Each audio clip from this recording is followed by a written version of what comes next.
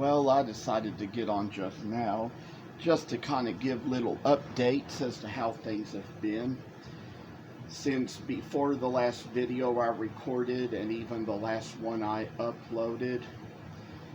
there was a time about a week ago today, I was at work and lifting a heavy box of chicken, and we were kind of in a situation where we couldn't use proper lifting techniques, so ended up hurting my back a little bit, and it just kind of worsened a little bit Sunday night, and so called the doctor Monday morning to go in and see him when I got off work, and just so happened told me to take the rest of the week off. So what I'm coming on here today to show is some of the progress I've been able to make over that time. Now, you all saw in the previous video how I kind of added the water seal to this gnome to kind of make it a little outdoorsy looking. And I've got another gnome that I finally finished painting. This one, I had been working on it this week. Started painting on it years ago, but just recently got around to finishing it. This has been a good time to do it, as I've been unable to do much anything else. I will mention that since I live in Lexington, Kentucky, where the University of Kentucky is located, I sort of did this gnome, kind of painted it blue and white and put UK on its cap and its shoes. And you know, with this one, since I decided I was going to put white in its clothing, I decided to give it a gray beard to kind of make it stand out from the rest. These two gnomes, of course, they're going to be coated in water seal, because that's what I do with gnomes like that. And these two that are like Nises, or Norwegian gnomes, I mean, I will show you all, there's a little blank I've cut out for a cardinal, and I've already carved one cardinal, put it in the red dye, and kind of did a little painting like I needed to do on it. That's a whole different project, a whole different story, so we'll discuss that sometime in the future, and I'll have that to show on video whenever I have it handy or nearby. But I've got these, and whenever I was cutting out the blanks for the cardinal, there were these little triangles that came out on the sides of the cutouts. And when these little triangles came out in about these shapes, I decided I would take this and draw certain lines on them to make the patterns for these gnomes. And so that's how I've gotten them to come along with the slogan and everything. And so these ones, more than likely, I'm going to soak them in a different finish, probably in a mixture of lemon oil and olive oil. That's typically what I do with like basswood carvings that I paint. Otherwise, I mean, back when there was still liquid gold furniture spray, that would be something I could spray on them, but I've seen that the places I've been to shop have quit carrying it. You can't really find it online, so what I started kind of doing for some of my finishes and the things that require spraying is I went out and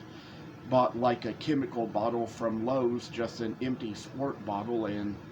filled that with a mixture of lemon oil and olive oil, Old English lemon oil that is, and olive oil, and spray it onto things, kind of like I did with those pig pen signs over here, like I've shown you all before, and I'll show them again here. These little pig pen signs, the pin is where the puddle is, and there were kind of like the days when I used to kind of cut these little things out on the scroll saw and make little stand-up animal figurines out of them. But that is something that was a project that didn't last, didn't work too well. So, I mean, I'd say that there have been some issues with scroll saws in the past, just didn't always do enough research to know what wood was good for them and what wasn't, and had so many scroll saws die on me because I was overusing them, kind of using them for the wrong kinds of woods, trying to just make all these fancy figurines with all these different woods for the pieces, and some of the woods just were not the type it was designed to cut. So if I get another one to do any future work with, that'll be something that I'll reconsider, and probably by now say I've probably learned enough of my lesson that I might be able to apply it by the next time I consider getting one and trying to work with it, get the shop cleaned up, make enough space. So that's kind of the things I wanted to come on here to say today. And in addition to that, you've seen the videos where I've cut out these little things to make these bears from. I decided as the work came along, I would sort of do the projects one at a time to try to make them come out a little better, and probably saw a sure sign that these ones are so difficult to make. They kind of require that you put two pieces together like this, or two pieces together like this, and kind of carve them separately. Then when you put them together, there's a little more carving you do to the rest of them once they come together like that. So there's going to be just a little more work to doing these, but what I want to show is how I've already come along on carving one side to the cherry one and one side to the walnut one. So that is something which, if I get better at this, I might probably do a video where I'll demonstrate a little bit about that. Do need to mention here that there were some blanks for bears I cut out of butternut a while back, and I was just kind of tired and confused trying to get things done. I originally cut these out to try to do a video demonstration one time on how I carved these bears, and with butternut being a softer wood, better for carving, decided it would be a good one to demonstrate for a video with, where I wouldn't be cutting my thumb through the protector and all. So it just so happened that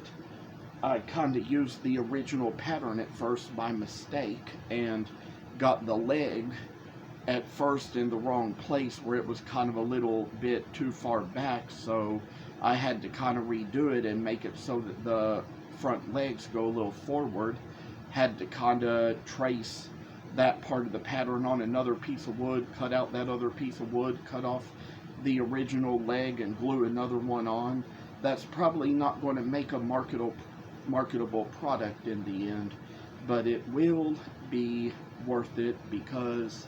it'll be something that, if nothing else, I will be able to show on video what I can do and how I make this kind of work. And there's probably been other pieces of butternut where I've had to do that to make pieces, because sometimes, just sometimes, there's been little moments where they just probably didn't come together the best they could. So, you know, if I needed a bigger piece, sometimes I couldn't get a piece big enough to make the whole thing, so had to put two pieces together to make a big enough piece for the whole camel or the whole cow or whatever it was I was working on or carving. So that's how I say this type of work shall come along and make its way to us. I'd say that when it comes time to put a little more work in these, we'll kind of do with them the best we can, make them just so they're nice and smooth and detailed and oriented. So that's kind of things I wanted to get on to say today, and there's probably other things I'm going to think to show, like I worked on this fox pattern for the sewing stuff, so that's something that I had a friend suggest to me and found a way to do that. So it's gonna be a nice little project we're going to have here. So I just wanted to say that that's an update on all the work and on my health conditions. So we're kind of taking this day by day, trying to live day by day, do things as we need to the best we can day by day, and I will hope to see you soon. Goodbye for now.